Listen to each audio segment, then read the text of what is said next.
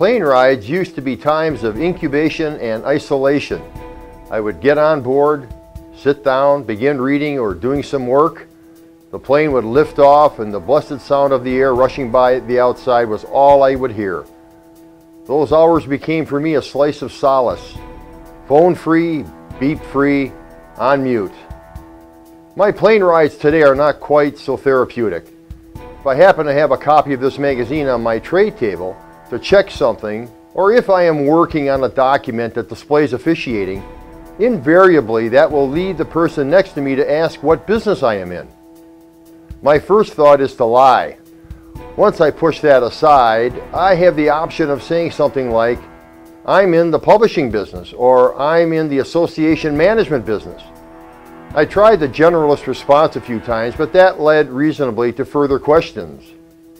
Thus, when asked, I share with them as succinctly as possible the referee NESL story. Then I stop talking. So far, there has not been a time the person next to me has not run up with that ball. It goes like this. Officiating? Really?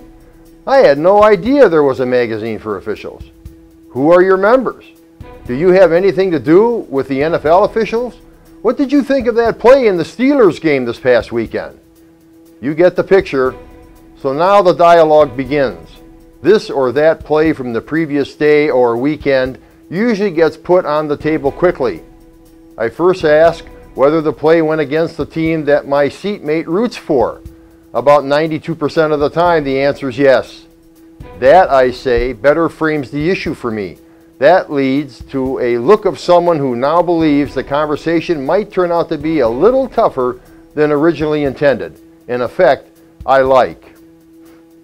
Without hesitation, I report that replay is far and away the topic of most interest to not only sports fans, but to the rest of the world that avers little interest in sports. Replay has created sports buzz in places normally cached for classical music, independent films, and canoe trips. That buzz has gone beyond the historic interest fans had in their players, coaches, and team. So much of the buzz is now about rulings, the officials, and the relationship between the league offices and the officials. It would be easy to launch a referee radio on Sirius XM filled with 24/7 content about rules, rulings, and officiating. Darn easy to fill the time slots, but would you want to? The new openness that permeates the sports conversations and rants today should cause us to feel uncomfortable. I feel some discomfort. My feeling has nothing to do with fear of openness. Thoughtful, informed discussion on any topic is a good thing, a very good thing. What concerns me is the public relations aspect of the conversation about officiating. Yes, we want to get every play right every time.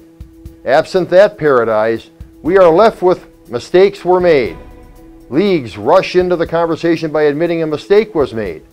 You know, it is so important to keep the league's credibility that such mistakes are acknowledged.